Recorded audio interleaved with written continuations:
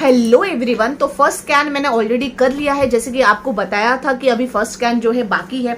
तो मैंने जो है 8th वीक में अपना फर्स्ट स्कैन किया है। तो आज की वीडियो में मैं आपको डिटेल में बताऊंगी कि आपको आपके फर्स्ट स्कैन में कौन कौन से इन्फॉर्मेशन मिलते हैं और कौन कौन से इन्फॉर्मेशन जो है बहुत जरूरी होता है। और फर्स्ट स्कैन में ही आपको पता चलता है कि आपकी प्रेगनेंसी जो है ग्रो की है या नहीं की है, क्योंकि बहुत टाइम होता है कि आपके जब 8 वीक्स में जब आपकी स्कैनिंग होती है तब तक कुछ अबनॉर्मलिटी होती है तो आपको पता चल जाता है। किसी भी तरीके का सिचुएशन अगर वर्स्ट होता है तो आपको पता चल जाता है, क्योंकि फर्स्ट स्कैन जो है बहुत सारी महिलाओं का 6th वीक 7th वीक होता है। क्यों?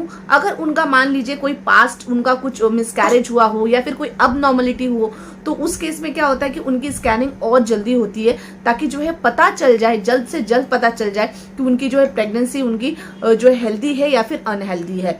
तो बहुत सारी महिलाओं का 6 हफ्ते से 7 हफ्ते में 8 हफ्ते में ऐसे होता है। तो मेरी जब भी ये स्कैनिंग हुई तो मेरी जो है 8th वीक 2 डेज का जो मुझे दिखाया गया सोनोग्राफी में। तो आज आपको बताऊंगी कि जो इसमें क्या क्या रिपोर्ट में क्या क्या डिटेल्स आए हैं, क्या क्या रिस्क पता चला है और क्या जो है हेल्दी कितना तक है।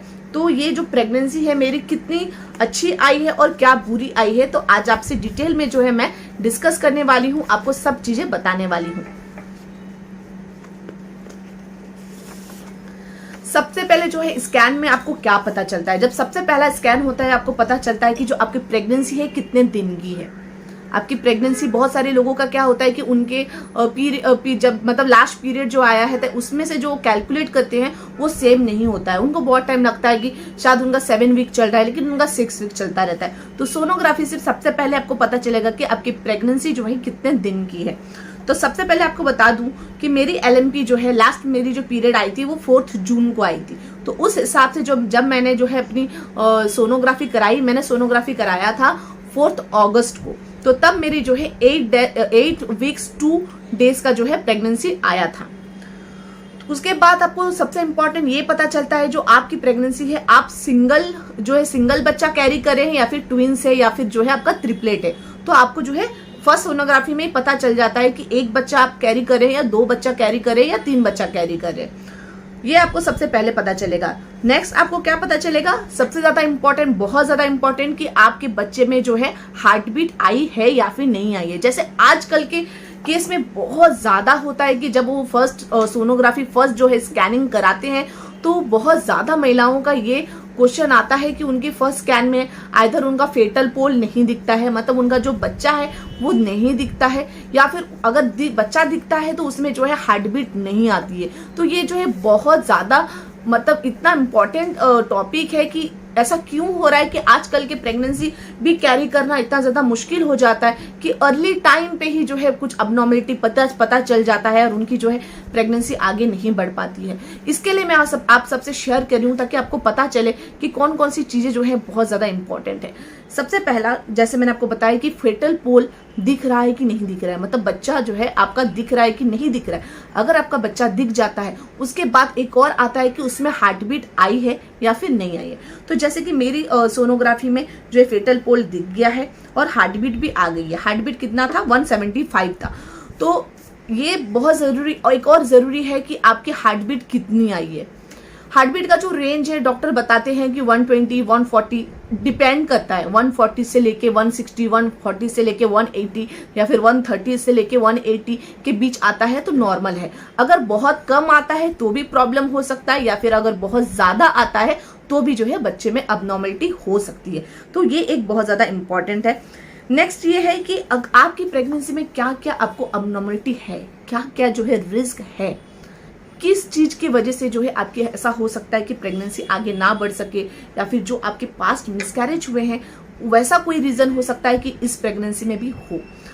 तो क्या हुआ था, मेरा जो मैंने आपसे शेयर किया था जो पिछला एक मेरी मिसकैरेज हुई थी उसमें एक था कि मुझे 6th वीक में ब्लीडिंग हुआ था।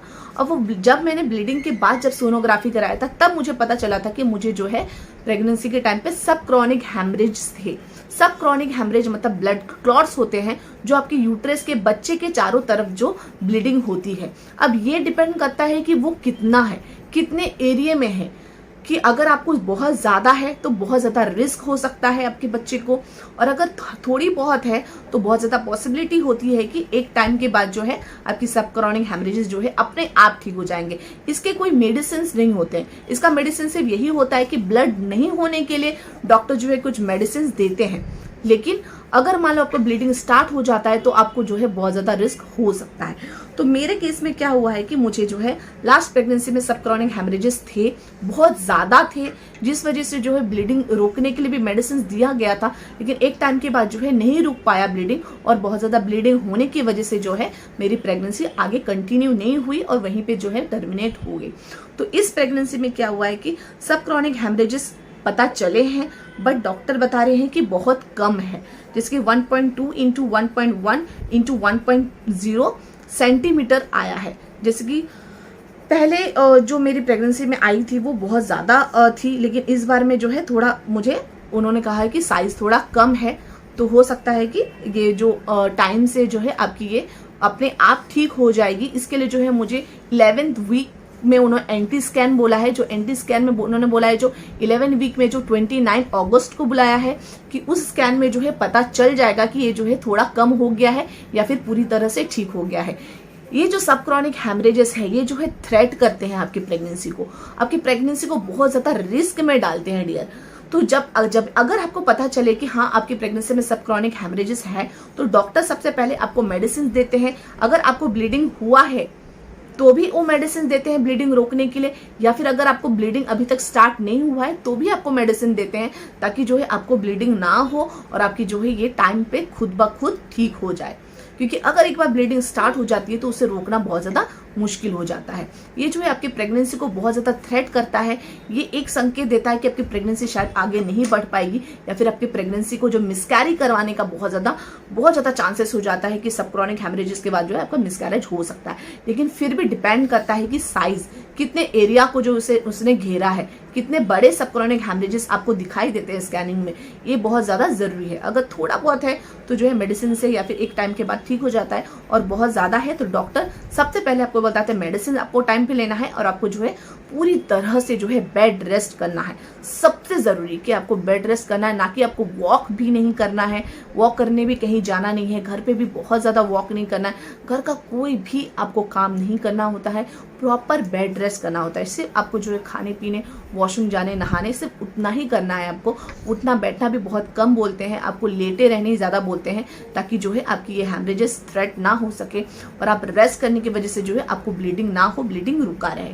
तो बहुत ज़्यादा डिपेंड करता है, ये बहुत ज़्यादा ज़रूरी है कि आपको जो है ये सब चीज़ें पता हो कि आपको क्या करना है अगर ऐसा आपको पता चले। क्योंकि हम बहुत टाइम, इस बार मैं भी खुद बहुत ज़्यादा मैं मतलब पैनिक हो गई थी, क्योंकि लास्ट टाइम का जो एक दर्द था, एक इमोशंस थे, इस बार ऐसा नहीं है कि इस बार कुछ प्रॉब्लम होना चाहिए। इसकी वजह से मैं भी बहुत ज़्यादा पैनिक हो गई थी, बट डॉक्टर ने बोला है कि मेडिसिन दे रहे हैं, जब हम सेकंड एंटी स्कैन करेंगे तो जो है उस टाइम तक जो है ये ठीक हो जाना चाहिए। तो आशा करती हूँ कि सब कुछ ठीक होगा। बस मैंने अपना सब कुछ आपसे शेयर करना सोचा कि आपको भी पता होना चाहिए कि ऐसे ऐसे प्रॉब्लम्स जो है आते हैं, और ऐसे सिचुएशन में आपको क्या करना चाहिए। नेक्स्ट क्या है, आपको ये पता चलता है कि और कोई अबनॉर्मलिटी, कोई सिस्ट है, कोई फाइब्रॉइड है। तो मेरे इसमें जैसे कि फाइब्रॉइड नोटेड है, उन्होंने कहा कि जो है यूट्रस में एक फाइब्रॉइड नोट हुआ है, लेकिन जो है इसकी साइज बहुत कम है, तो ये जो है अपने आप ठीक हो जाएगी। प्रेगनेंसी के साथ ही ये आई है। बहुत टाइम क्या होता है कि प्रेगनेंसी जो है हमारे लिए बहुत सारी चीज़ें, नए बीमारी या फिर कुछ लेके आते हैं, तो बिल्कुल भी पैनिक नहीं होना है। हो सकता है कि टाइम पे जो है हर चीज़ ठीक हो जाए। नेक्स्ट आपको जो है फर्स्ट सोनोग्राफी में ही पता चलता है कि आपके एक्सपेक्टेड डेट ऑफ डिलीवरी क्या है। आप तो वैसे जो आपका जो लास्ट LMP होता है, आपको उससे तो आपका पता चल ही जाता है, जो लास्ट पीरियड आपको आया होता है, लेकिन जो है आपकी सोनोग्राफी से भी आपको पता चलता है एग्जैक्टली कि आपका जो एक्सपेक्टेड डेट ऑफ डिलीवरी क्या है। मेरी जो है एक्सपेक्टेड डेट ऑफ डिलीवरी उन्होंने 14 मार्च दिया है 2023। तो बहुत टाइम क्या होता है कि आगे पीछे आपकी डिलीवरी डेट हो सकता है कि आपको 5 दिन 10 दिन पहले भी हो जाए, या फिर हो सकता है कि 5-7 दिन आपके लेट भी हो जाए। तो जैसे कि मैंने बताया कि ये सब मैंने ये सारे चीज़ें जो है मेरे सोनोग्राफी में आई है। तो क्या होता है कि जब आपका फर्स्ट स्कैन होता है ना, तब आपको एक अनुभव हो जाता है कि आपकी प्रेगनेंसी कैसी है, नॉर्मल है, अबनॉर्मल है। क्योंकि जो छोटी हम ये सोचते हैं, अगर पहले आपके साथ कुछ गलत हुआ है तो आपके दिमाग में हमेशा ये क्वेश्चन होता है कि कहीं ये इस बार तो ऐसा कुछ नहीं होगा। तो आशा करती हूँ कि मेरी भी प्रेगनेंसी सब नॉर्मल रहेगी। जैसे कि 29 अगस्त को एंटी स्कैन होगा, उसके बाद ही पता चलेगा कि मेरी जो प्रेगनेंसी आगे किस तरीके से जो है कंटिन्यू होने वाली है। तो आशा करती हूँ कि आपको आज के वीडियो अच्छा लगा होगा, आपको इन्फॉर्मेटिव लगा होगा। तो इसके लिए अगर आपको फर्स्ट स्कैन में अगर कुछ प्रॉब्लम पता भी चले तो बिल्कुल भी घबराने की जरूरत नहीं है। सबसे पहला चीज जो है, बहुत लोगों को फेटल पोल नहीं दिखती है और हार्ट बीट नहीं आती है। अगर आपने बहुत अर्ली टाइम पे किया है, 6 वीक में किया है, तो जरूरी नहीं है कि 6 वीक में ही आपकी जो है हार्ट बीट आ जाए। बहुत टाइम लेट हार्ट बीट आती है, 8 वीक में, 9 वीक में भी आता है, 9th वीक में भी आता है। तो इसके लिए डॉक्टर टाइम देते हैं कि 1-2 हफ्ते बाद जो है वापस चेक करके देखेंगे। तो 9th वीक तक तो है जो है आपकी हार्ट बीट आ जाती है। अगर उसके बाद भी कुछ प्रॉब्लम आया तो जो है डॉक्टर जैसे बोलेंगे उस तरीके से आपको कंसल्ट करके जो है आगे कंटिन्यू करना है। तो आशा करती हूँ आज का वीडियो अच्छा लगा होगा। अगर आज का वीडियो अच्छा लगा तो प्लीज इस वीडियो को लाइक कीजिए। इस वीडियो रिलेटेड या फिर प्रेगनेंसी रिलेटेड कोई भी क्वेश्चन पूछना है तो कमेंट बॉक्स में कमेंट कीजिए और मेरे चैनल को सब्सक्राइब कीजिए। Thanks for watching.